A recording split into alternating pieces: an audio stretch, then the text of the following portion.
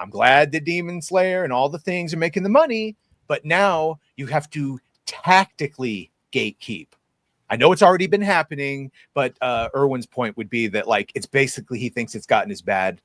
Yeah, there's been some DEI tax and there's been a little bit of changing, but that's the most it will go just because the East still has some of its values left where we've completely lost ours.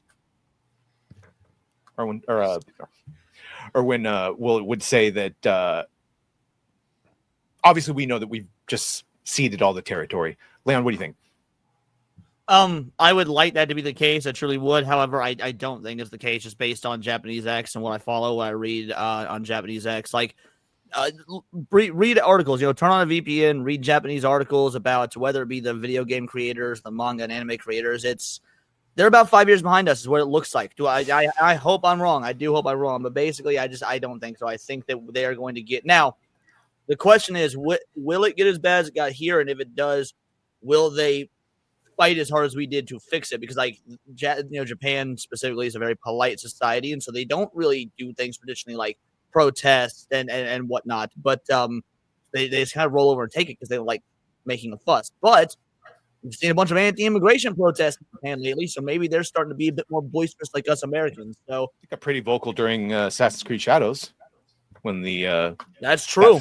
Reenactment group's flag and the desecration of the possibility for desecration of the shrine. Well, here's the thing about that, because yes, it's already there, but it's you have to go seek it. Like if you want some twinkie gay anime, it's there, but it's not main media anime. So like, well, it's more about what happens behind the scenes that I'm concerned about. Like again, you had that screenplay, the Japanese screenwriter who I was like, yo, she is openly saying she's raising her son to be genderless, and she censored this anime that she was working on because she thinks that cartoons and the way you talk to women equals violence. I'm like, she's Japanese, she's doing this.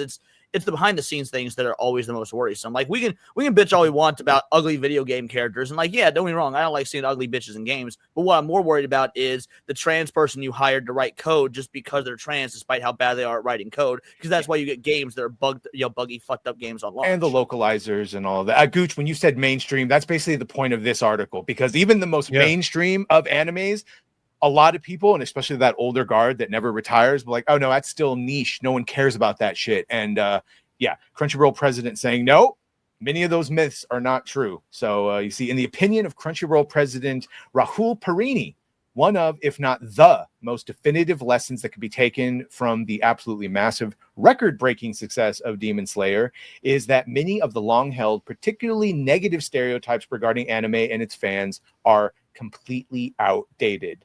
Now, obviously, we know why it's seen more prominence in mainstream, because all of our shit has been ruined.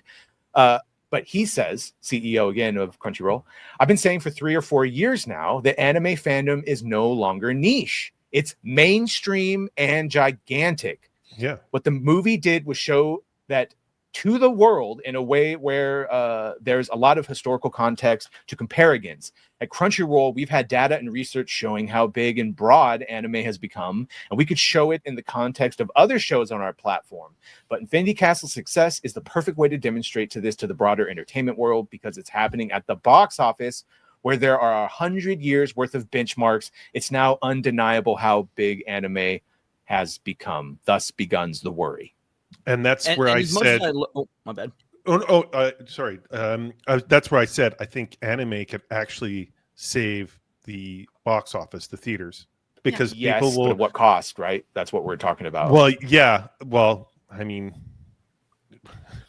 I think Crunchyroll, as much as I loathe them, I canceled my Crunchyroll subscription years ago when there was a lot of controversies about the way they treat the Japanese media, the Japanese creators and whatnot. However, I think they're a very good benchmark for talking about the legitimacy of anime, because people don't remember back in the day, Crunchyroll was an illegal site. They were an illegal anime pirating site, and they got so massive to the point where they were like, let's take a lot of money and go legit so that we don't get sued into oblivion. They're the first, and to my knowledge, only piracy site to ever actually successfully pull that off. I mean, it's a tremendous value too. I was just thinking about that a couple of minutes ago, but Crunchyroll, I think, has more value to me than Netflix does. You watch Yeah. more things. You get a better. Yep. We talk about profit. I'm assuming you feel way better after watching anime and like fulfilled in the spirit than you do watching any modern Western entertainment, a la Alien Earth, maybe Dark Wolf aside. Well, Once something sneaks in, it's also rewatchable.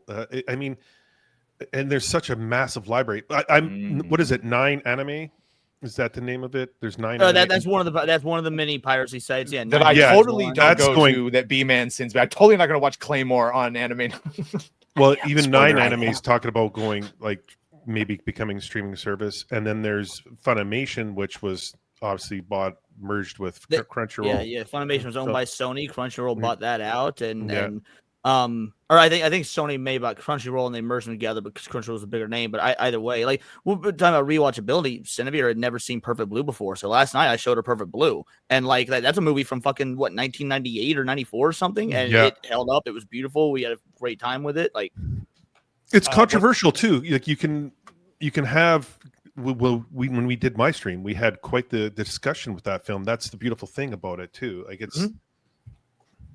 The thing about anime is now I'm now using it as a direct comparison when we say how to fix things, and we say stop putting ideology in it, go back to story and characters and those classical truths, and then you can go. And that's the reason all these anime stories are now resonating with because the people that can't quite put their finger, even though they know it's like being preached in a painting of reality that they know in their hearts not to be true. So it's like, what the fuck? This is all classic, right, Katie? Sorry, Katie, you. Go ahead. No, There you go. No, I was saying what it's not even also addressing is the fact that the reason that movie did so well is because it's the younger generation who's also going to the theater to see, even though it's rated R. Like Channing Tatum said, the reason he voiced the characters because his daughter likes Demon Slayer, and they watched it together as a family. Even though his daughter is clearly like very young, like much younger than probably should be going to see an R-rated movie. There were several kids younger than his daughter in my showing, so it's happening. Yeah. That's the only like pushback. I mean, I totally get what Leon's saying because we see it time and time again. I mean, like if you're a Tolkien fan or anything, like as soon as it gets popular, the shippers and the pervs start trying to turn it into their own thing. But like anime, anime is so enormous. I would argue that it's almost like reverse causal. Like people like anime because it is the opposite of what is Western right now. And so you change that, they'll go to the next anime, and there's so much anime. Like, I think why all these agendas worked in Hollywood was there's already so centralized. There's already such a gatekeeping little club of you have to go through these studios. How do you do that with animation in the East when it is becoming so democratized? The second you mentioned age. You do it the same way they did it with gaming in the East. No, I get that. But there's so like the barriers to creating are so low now. Like you'll just have someone be like, I'll just go to a different studio. I'll just make it would force, I think, people to flee. And if you do, you can make that argument about stuff here in the West as well. But it doesn't because the West has already been built on you go through studios, right? Mm-hmm. There's no like how do you look at like even things like we talked about like K-pop Demon Hunter or like Solo Leveling. Those come from non-traditional sources. They're not through the typical pipeline. Well, sure, but I mean, how many indie movies do we have that blow up? Like take Sisu, for example. Sisu became a phenomenon, and that was an indie film. My point is the world of technology has just made any avenue of creating something so much easier than it was, say, 20, 30 years ago. And so again, do I think that it's going to happen to the same extent as here in the West? I don't know, but look at a show like One Piece, which is the biggest thing in the world and has been for years now. Is it a political anime?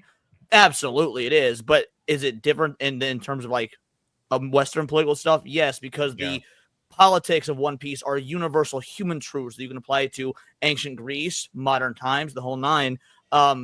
You see a lot of that in anime. So a lot of anime is political. Is it going to hyper fixate is the question. And ages. You mentioned the youths. Our pop culture used to apply to everyone because everyone liked it for different reasons. And that's one of the things they note here. Talking about age, to this end, Perini was asked if there was any truth to the recent analysis that anime's new popularity was strictly a Gen Z and Gen Alpha phenomenon, to which he declared, it's absolutely true. Gen Z and Gen Alpha are a huge part of this fandom, but that doesn't mean they're the only age groups. We saw a lot of parents coming to see Infinity Castle with their kids, and there were many fans in their 30s, 40s, and 50s. Anime fandom does over-index among the youth, though. So, did you see that Tom Brady interview from like 3 weeks ago? He's wearing a One Piece shirt. I don't believe for a moment he's ever fucking watched it, aside from maybe with his kids. Maybe Tom Brady sat down and watched some One Piece